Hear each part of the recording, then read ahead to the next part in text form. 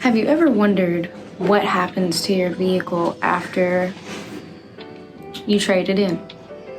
Sometimes they get cleaned up here and they get put straight in the lot. Other times they just poof and disappear. Just kidding. They actually go to the auction.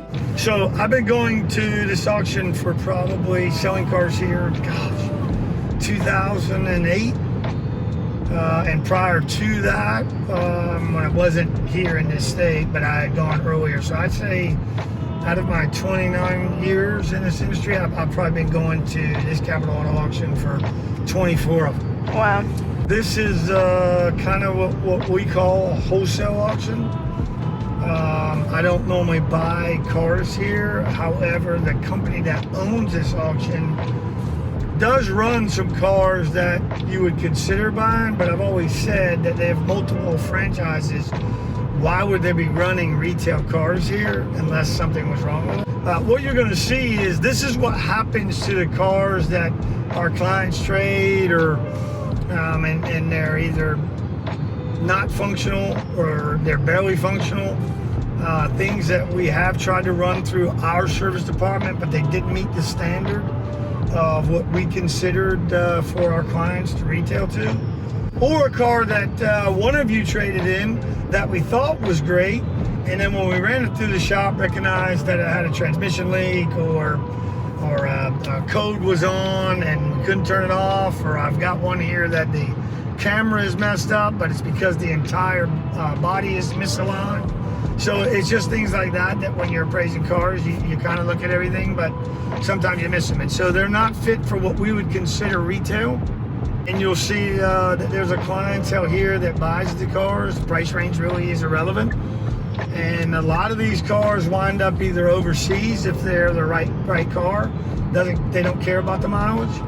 Or they wind up on lots that people have seen before that are just used car dealerships. They're not attached to a franchise. So they can spend a little bit less to put the cars in the condition that they need them in for their clients, because they don't have the overhead that we have with $6 million buildings or what have you to spend that money. What we wrote down that we need to get for them is not always what we get for them. But you hope with the number that we have that we walk out of here and we at least broke even. And most of the time we lost a little bit of money on 30 cars that we traded. You'll get an idea of what the starting bids are, what we did need, what it finally sold for. You won't be able to see where the car is going to end up. Prior to COVID-19, they used to run the cars, drive the cars, not run them, but actually run the cars through the lane. And what you'll see now is they don't do that. The cars are all parked in our section of where we have at this auction for prospective buyers to come and look at the cars prior to the sale. They can drive them at the sale, turn them on, whatever they want to do to them. They can't take them out of the sale. And then there's screens now in the lanes that show the car. There are online bidders as well that never was at this auction before.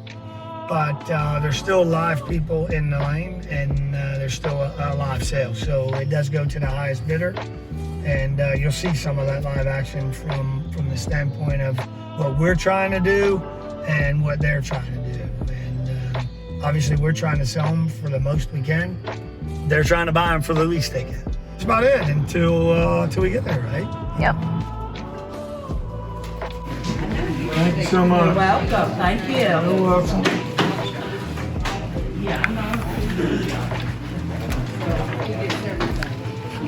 Forgot this too. I should not drag. Hint.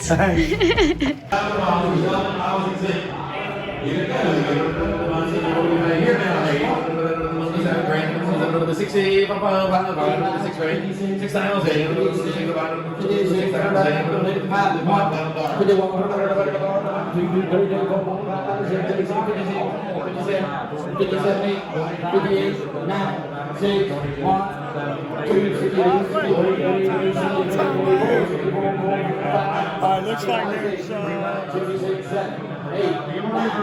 think a few more cars before we start.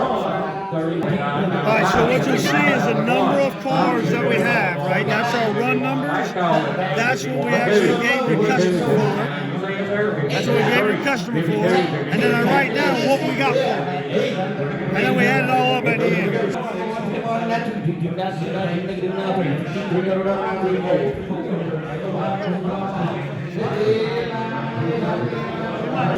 Number 37, the other recall on the front, 56, Tom Johnny. Alright, gentlemen, everyone, get 5 points, take more than 75, 7, 65, 6,000. $6,000, 58, 75, 55, 52, 5,000, 4,000, 42, 44, 46, 46, 51 now, 2, 51, 52, 3, 4, 5, 57, 56, 7, 57, 7, 28, 8, 61, 2, 3, 63, 64, 4, 64, 7, 4, 63, 4, 6600 now, 67, going there, 67, 8, 3500, 3500, 2, 2, 3,000, 2,500, 2,500, 5, 2,000, we're going to pay $2,000, 2,800, get all the money, $1,000, 1,112.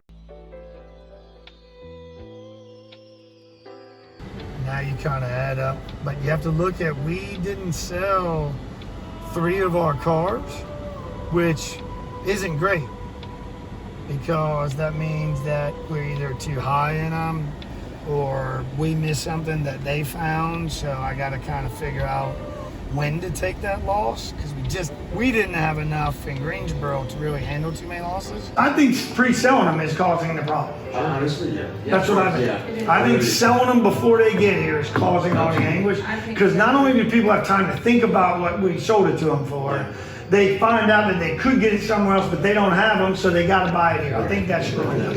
I think people just coming and getting them. It's just better. Yeah. No, absolutely. It's just, this is when it shows up, all you people be excited that they can get one. I think we should just try it our way. That we're not taking deposits, we're not promising you the car. When it's here, we're gonna go down the list and start calling you coming out. It'll also create that urgency to come get it. And that excitement and that fun to come be here.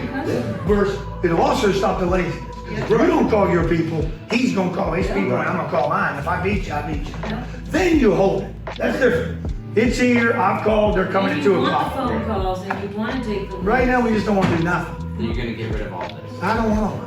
I told him to stop doing it anyway. Stop pre-selling, man. We're not gonna get anymore. Let's just manage how we know how to manage it, and this is what we gotta come get. I think that the excitement of knowing that I'm showing up to work, all the cars are sold, and I'm not really excited when I get someone on the phone if I do have one. So I think we're crippling the process when we have one, because I ain't excited about it anyway. Right? Oh, I got this one. Man, I just think So let's say now it might cost some fighting. Well, I was just gonna say, let's say we switch to that. It's gonna take 3 months to even see a result for that. I've got 1, 2, 3 months of sold cars. That we know are coming. Yeah. That we already have. They're coming. Every single one of these deals right here has a VIN or a VON number attached to it. Well, then we're gonna have to do something over and beyond. If we have 30 cars come in and they're not sold, we're gonna sell 30 cars. I mean, they're gonna go. I gotta get the pilot.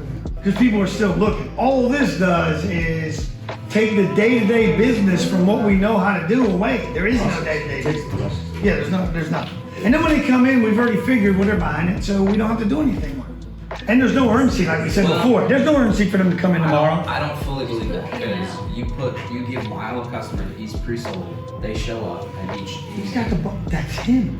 And we just need to get him and his. If everybody, why isn't everybody doing it? They need to be shown that it's worthwhile. What I'm saying is right now, and I say it's nicely because I love all of it, none of what we're talking about impacts y'all one bit, except in the CSI category of your bonus, right? If it don't impact them, and it don't impact us in a big way, it ain't gonna change. Bob does it because that's who he is. But I do think that this just causes headaches. It's just a headache, man. I don't know what else we would do here, right? I mean, that's where everybody's at right now. Is you're waiting for the car to come in to deliver it, or you're waiting for the. I just think we lose in that. Match them up to an inbound car. Right, but let's just say that people walk to the front door and the cars are here, and you still got to sell them right now. I'm not saying because it's not about they go buy one somewhere else. It's about the next guy that's coming might want one. So if I don't sell my people right now, do what Lyle does, put the pole on, test drive, open the trunk, drive, I may not sell that car. Then it goes back to what we said before, that it doesn't matter if I sell that one, because I only got to sell none. And I'm gonna make what I want to make. I would say that if we were convinced that pre-selling them was accomplishing 3 of the things that we need to accomplish, CSI, more inventory, right? And faster sales or whatever, then I would say let's keep doing it. But I don't think it's doing it. Well, I used to even be joyful, which I'm still excited about coming to the dealership and seeing cars, but we used to be, the whole reason why I've been doing this for as long as I've done it is there still is a joy to see somebody get something they want.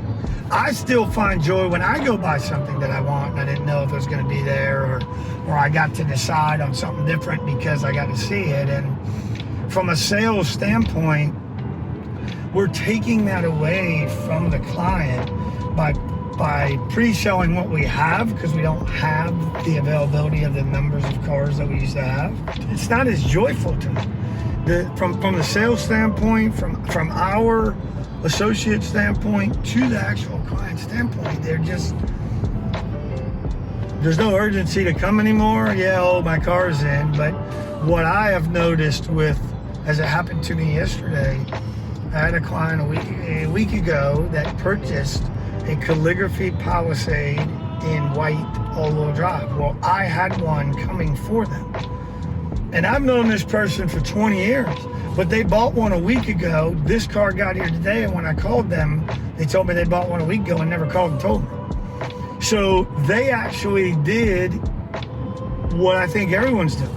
And that's just reserving a car at 4 or 5 different locations. The brand doesn't matter. In this case, it was the same brand.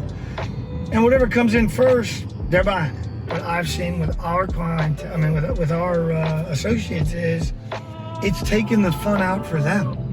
If everything that you have coming for the month is pre-sold, what are you doing as a salesperson, as a product specialist? What do you do? I mean, if there's nothing to deliver, nothing to sell. So I think the manufacturer's missing that point, that the joy of coming, looking, sitting in, picking out one, being able to test drive one, which we're having a limit because everything that's coming in is somebody else's car already.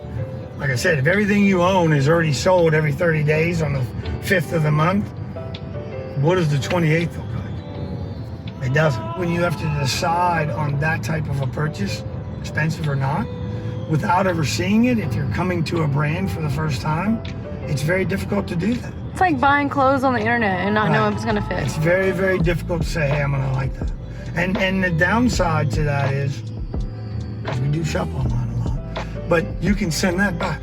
Yeah, facts. You buy a car and take it off the lot for the first time, second time after you bought it, and you wind up 3 weeks realizing, oh my gosh, you doesn't have this and I don't like it. Well, now what do you gotta do? Wait 6 more months to get a different one? It's not that simple. I'm trying to change that. And I'm not trying to change it to take away people who want to know they have a car coming. But at the same time, I want everyone to have that fair share of being able to get that car. So it's not fun to be able to come to a dealership in these new released cars that we're getting and not even be able to see one or drive one or sit in one, or because it's already pre-sold. And I say this as nice as I can. If my car was pre-sold and you let someone else sit in it and drive in it, I'd be upset. Just because I'm a germaphobe and hand sanitizer.